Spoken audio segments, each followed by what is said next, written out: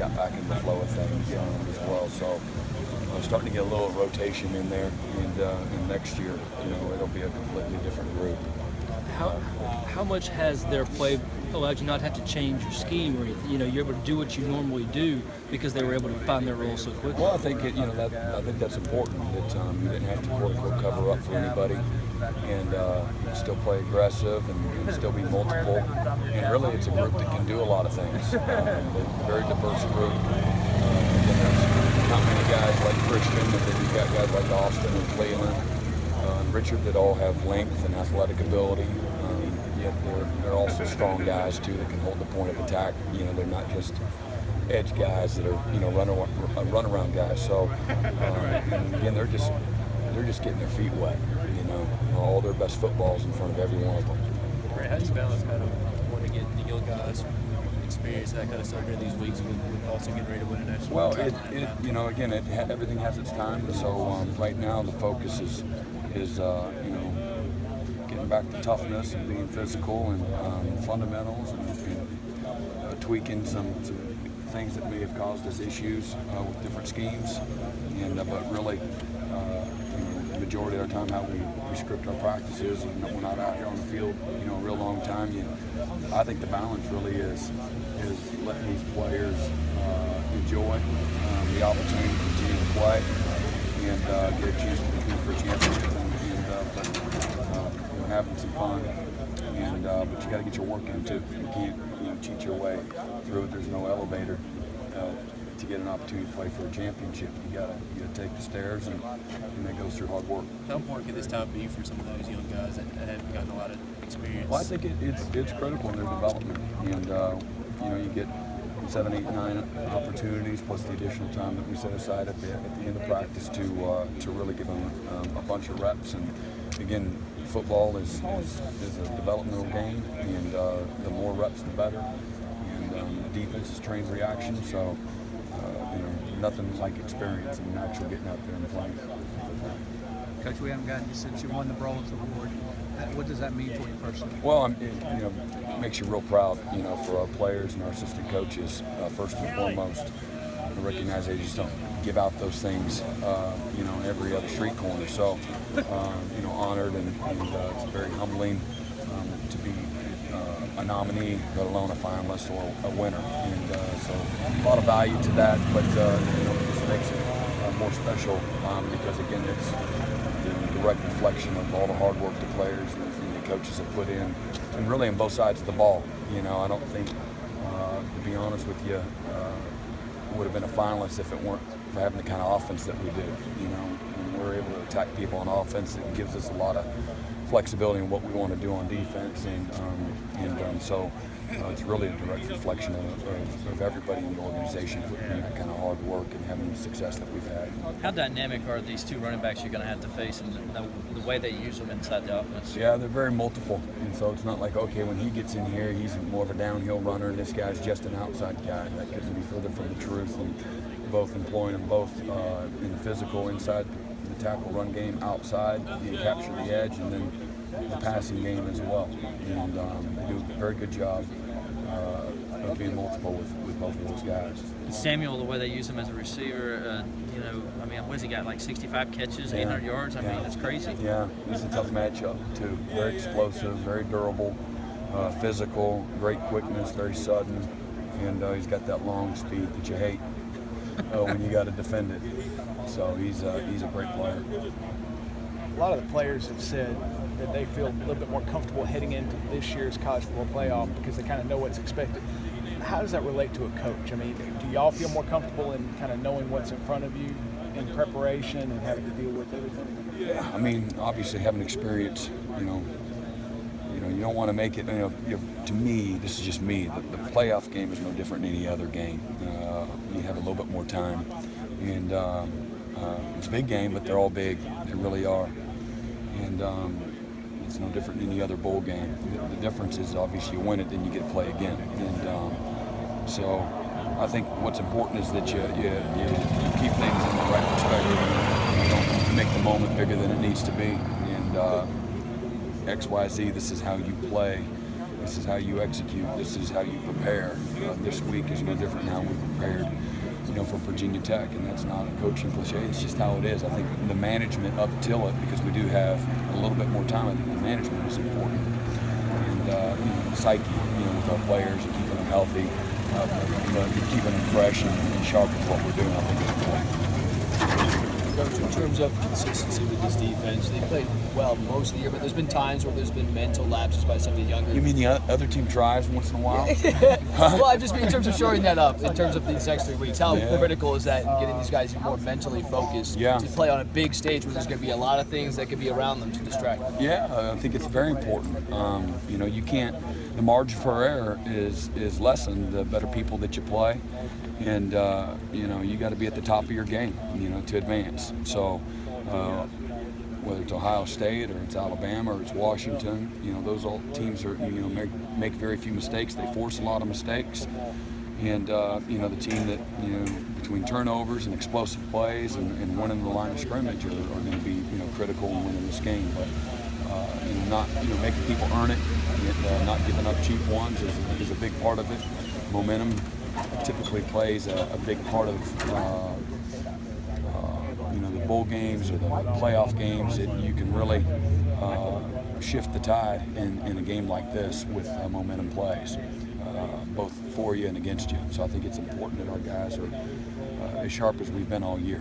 You always expect a new wrinkle or two from an offensive coordinator on a week-to-week basis, but how much more difficult is it when there's this much time? Well, again, you try to cover all your bases, about leveraging the football and staying on top and outside of everything, and having guys be able to play fast but apply their rules in certain situations that apply to everything. And who's got the reverse, who plays the reverse pass, who's got the throwback, all of those types of things. So we try to throw a bunch of those kind of plays in, during the course of a practice, and give our guys a refresher course that way. I know they've got some dynamic players that they can use a lot of different ways. I've even heard where they're going to use Hooker on the offensive side of the ball. He's a very dynamic athlete out of high school in Pennsylvania, Newcastle there. And he's a terrific safety, All-American. Is long, explosive, can do a lot of things. So we'll have to be ready for everything.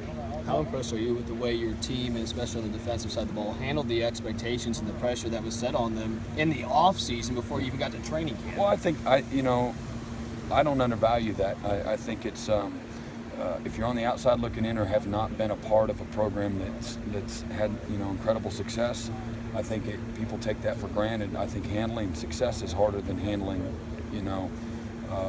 being a 500 or just above team. It just is, and just because guys want to feel good about themselves, I think it's human nature to put your guard down and not have that same sense of desperation and focus than when you're facing adversity. When you fall on your face. So everybody tells you how great you are. As coaches, that's part of coaching. I think getting your guys to stay intense, to stay focused, to have respect for the game, have the respect for the process and how you play well. And again, ultimately it comes down to players choosing to have maturity and good leadership and those types of things that allow you to be able to endure. And it's a long season. So I think it's a playoff from the beginning of the year all the way through. And so everybody that's, whining about, who should be and who shouldn't, I think it really is, the process of elimination starts at the beginning of the year, and you earn your way into it. So, but it's not easy to do. But proud of our guys for doing it. And how was practice today? Just the guys' energy level? It's good. Yeah, it was a good, tough practice. It was very good. A lot of one-on-ones and ones against ones. A little bit of scout work and a ton of just fundamentals and working our young guys. It was good. In the limited window that we had where we could see the practice, you see you're coaching them up, and then some of the younger guys, you look over and there's Ben right there with them, trying to help them out, trying to just get their paddles right. Whatever it is, do you see a little bit of him and you, just you and him and the way that he's doing that, just coaching the guys up? Well, he does. Ben takes a lot of pride. He's invested a lot in this program. He cares about that Paul and how you represent it the right way. He cares for his teammates and he wants to see them do well. I think what Ben is a product of guys that have poured into him. Stephon Anthony, Spencer Shuey, Tony Stewart, and so forth. He's been in a great culture that brings out about the best in one another, and it was done to him. And I think Ben values how it helped him grow and improve and to become the player that he's become, and so just having that servant type leadership that was given to him as well. What is your relationship with Ben? I mean, he's kind of the guy that gets to go out there and play. As bad as you may want to play on game day, you kind of got to maybe have him do some of the calls. Your relationship with him, how important he is to what you're trying to do. Well, I love him. I love everything about him. I love him, care for him deeply, just as a young man. He's like your own son. All your players are. But he and I are intimately close because of he's the quarterback of our defense. So, there's a lot of dialogue, year round, and I trust him with everything that I have, and very, very proud of him. But yeah, he's an extension of us as coaches, and not a better leader, not a better tough guy, and there's not anybody that cares more and has invested more and worked harder than Ben. What do you remember about the last time you played in that stadium? There were some defensive plays that didn't go the way I don't really choose to remember all that. The last time you were out there. I mean, you always use that as fuel. It makes you mad. You don't get those opportunities. A lot of coaches, most coaches, don't ever have the opportunity to play in a playoff or play for a national championship. So to get beat hurts, and when you work as hard as you do, when you dream as big as you dream, and then you fall short, and you don't put your best foot forward, it makes you mad, and it drives you and it fuels you. And fortunate that we're close to being back in that same position and controlling your own destiny. So, hopefully we'll put forth a little bit better effort this time, and I think we will. You could special teams, and Urban Meyer's well known for his special teams. When you go up against him, do you kind of expect a little trickery more so than maybe other coaches? Well, I think he's dynamic in what they do, and I think he's got an aggressive philosophy, and he should. I think that's good coaching. Making sure that you have discipline with what you're doing. You're not going through the motions, and that when the moment's right, that you use those, or challenge the discipline of the other side of the ball. So Urban is aggressive in everything that they do on both sides of the ball, and then the special teams as well. Carlos Watkins, he's getting. And they ran a fake on us when we played him in the Orange Bowl. Yeah, and converted it on us. Carlos Watkins, in what ways have you seen him grow and develop over the course of his years? The biggest thing is just maturing, and it's been this year has been the most noticeable growth since the end of last season. And I think he's just made and something, again, that's just growing up and seeing things differently, thinking differently, and taking things with a little bit more focus, a little bit more effort, a little bit more attitude, and again, I think caring for his teammates a little more, and then I think the byproduct of how well he's played all year. He's had an incredible year. What's been the big difference this year, maybe compared to last year and years before? Just when did you see the light come on? Just how he thinks, how he works. It's all those things. Really, it's pretty that much that simple. He's just working a little harder. He's been more consistent. He's listened better. I think he's been a much better leader. He's just putting forth more effort. It's really as simple as that. And he's always been very talented, and he's played always pretty good. But I think this year he's been dominant because he's just made a decision. I'm going to be at my best, and good for him, and good for us. Coach, you talked about how integral this prep time is for the younger players and their development. Are there some guys that stick out on your side of the ball from last year, how much they improved during this time, and who are you looking at this year that you really hope to benefit from? Well, I see the first guy from my own position group is probably Shaq Smith, and then probably Chad Smith. Those two guys. Chad's playing a lot. I think playing this year and being on special teams and having some success has really helped fuel Chad. And it's carried over to his linebacker play, and then Shaq Smith was just raw, and to see his development, his improved strength, his improved flexibility, his improved fundamentals, and then his confidence as a result of all that, it's very noticeable. Sometimes it's not as noticeable, it's just very incremental, and for those guys, it's been very noticeable. Is there a lot of players that you guys have recruited against as far as with Ohio State? Shaq's secondary wise, Tanner Muse and Denzel Johnson. Sorry, I've been just very noticeable from where they were a year ago at this time as well. I mean, just light years ahead of where they were. Are there some guys that you're familiar with from recruiting the Ohio State team that you guys have gone Raekwon McMillan? Yeah. So, and he's had great success. You know, he's everything you thought he would be. He's got great leadership, first and foremost, and great nose for the ball, very disruptive. He's what you want at Mike linebacker. He's had a great first couple of years for them, and a big part of all of their success.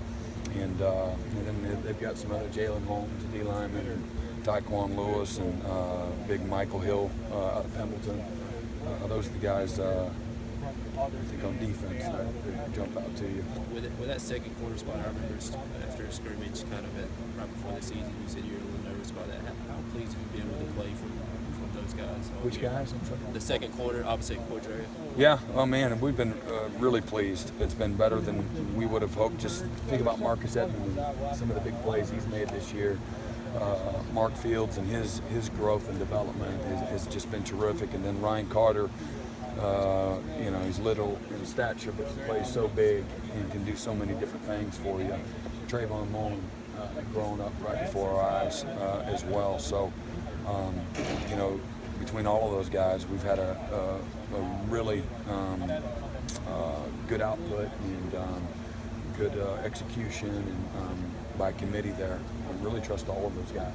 Does it kind of go into play and practice leading up to the week as far as who gets more reps? It does, yeah. And then sometimes, once in a while, it doesn't happen very much, but once in a while you drop the ball as a coach too. Man, they practiced this the same. I didn't get that other guy in. There's all pretty close. Yeah, so sometimes don't read too much into it. Like, oh man, he must have stunk this week. Sometimes that's not the case. How have you seen Dexter improve over the course of the season? What has it surprised you at all what he's accomplished so early? Not really. He's just kind of been just add water. You know those pancakes? Just add water. You got a pancake. That's Dexter. No, he's been he's improved. I'd be a liar if I said he didn't. Dan Brooks does a great job at developing guys, but Dexter, probably the biggest thing is I don't know if it's improved, but just his willingness to be